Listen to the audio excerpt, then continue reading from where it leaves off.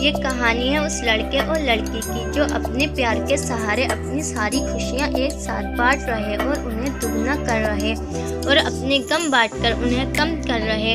इस कहानी में अनिरुद्ध नाम का लड़का है और प्रिया नाम की एक लड़की है। अनिरुद्ध बड़ा ही सीधा साधा लड़का है। अनिरुद्ध के लिए उसका परिवार सब कुछ है। अनिरुद्ध अपने परिवार के लिए कुछ भी कर सकता है, इसलिए वह दिन रात मेहनत करता है और दिन रात मन लगाकर पढ़ाई करता है। साथ ही साथ कुछ काम करता है जिससे कुछ पैसे कमा सके। अनिरुद्ध दिन रात इसलिए मेहनत करता है ताकि वह पढ़ लिख कर कुछ कर सके, बड़ा आदमी बन सके और अपने परिवार का नाम रोशन करे। अनिरुद्ध की यही ख्वाहिश थी कि अपने माँ बाप को वह खुशी दे सके जिसके वह हकदार है। अनिरुद्ध इंजीनियरिंग करता है, साथ ही साथ वह पार्ट टाइम जॉब भी करता है। अनिरुद्ध चाहता है कि वह बहुत बड़ा आदमी बने, उसे अपने करियर में सक्सेस मिले ताकि आगे चलकर उसे उसके परिवार को किसी भी तरह की मुसीबत का सामना न करना पड़े। अनिरुद्ध रोज की तरह अपने ऑफिस जा रहा है। वहाँ आज उसके ऑफिस में एक प्रिया नाम की लड़की ने न्यू ज्वाइनिंग की होती है। प्रिया को देखते ही अनिरुद्ध को उससे प्यार हो जाता है, पहली नजर वाला प्यार।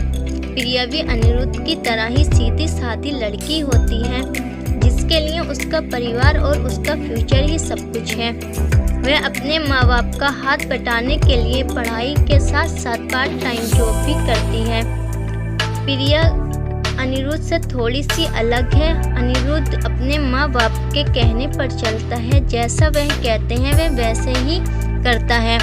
लेकिन प्रिया अपने सपनों को जीना चाहती है, वह अपने सपने पूरे करना चाहती है। उसका जो दिल चाहता है वह वही करती है। उसने कभी दुनिया की फिक्र नहीं की, लेकिन उसके परिवार की पुरानी सोच उसके सपनों के आड़े आ गई।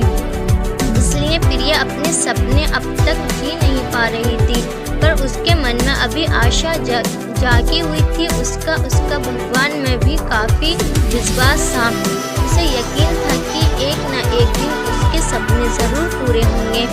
जब अनिरुद्ध और प्रिया की पहली मुलाकात हुई, अनिरुद्ध उसे अपना दिल दे बैठा। उस दिन से दोनों में दोस्ती हो गई। प्रिया को अनिरुद्ध का स्वभाव अच्छा लगने लगा।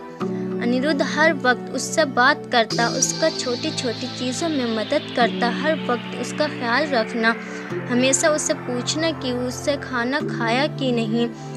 धीरे धीरे प्रिया भी अनिरुद्ध को पसंद करने लगी थी। फिर एक दिन अनिरुद्ध ने प्रिया से अपने प्यार का इजहार किया और प्रिया ने भी हाँ कह दी, क्योंकि प्रिया को भी प्यार चाहिए था। हमेशा अकेली थी, अंदर से उससे कभी इतना प्यार नहीं मिला किसी ने, और ना ही किसी ने कभी उसकी परवाह की।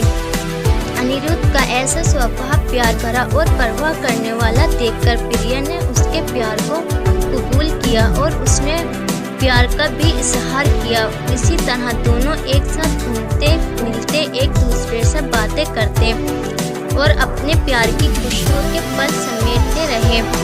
प्यार में मीठी तकरार तो होती है, इनके बीच भी तकरार हुई, पर इन्होंने एक दूसरे को समझा, एक दूसरे को संभाला और हमेशा एक दूसरे का साथ दिया। अनिरुद्ध और प्रिया दोनों एक साथ कॉलेज जाते हैं, एक साथ काम पर जाते हैं, हमेशा एक दूसरे के साथ रहते हैं। इस तरह खट्टी मीठी यादों के साथ दोनों एक साथ 4 साल गुजारे। साथ ही साथ प्रिया इंजीनियरिंग बन गई, जिसके काफ़ी अच्छी नौकरी है, और प्रिया भी एक राइटर बन गई। साथ ही साथ वह अच्छा गाना भी गाती है। अनिरुद्ध ने उसका सपना भी पूरा करने में मदद की।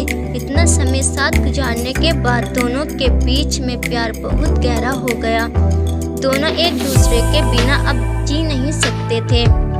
दोनों एक दूसरे के दिल की धड़कन बन चुके थे। जब दोनों ने यह बात अपने घर में बताई, तब दोनों के ही परिवार वालों ने इस रिश्ते से इनकार कर दिया।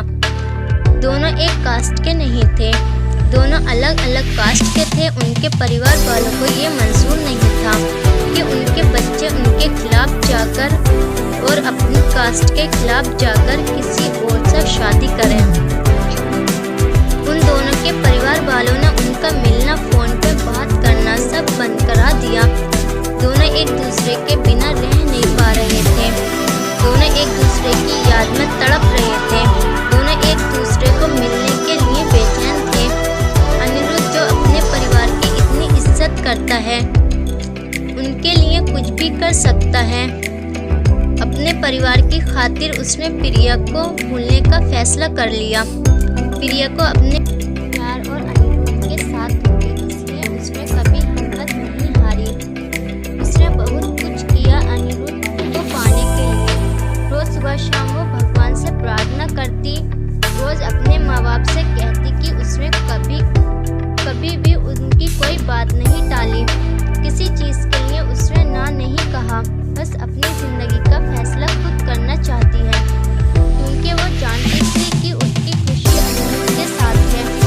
प्रिया अकेले ही अपने प्यार के लिए लड़ी, उम्मीद कायम रखी, भगवान पे भरोसा रखा और एक दिन उसके परिवार वाले मान गए। काफी कुछ प्रिया ने सहा, काफी गिले शिकवे हुए, नाराजगी हुई, लेकिन आखिर में सच्चे प्यार की जीत हुई। दोनों के प्यार के वास्ते और उनके साथ को देखकर उनके परिवार वाले राजी हो गए। इस रिश्ते के लिए दोनों अलग कास्ट के होने की वजह दोनों ये बात अब समझ चुके थे कि उनके प्यार के सामने कोई चीज बड़ी नहीं।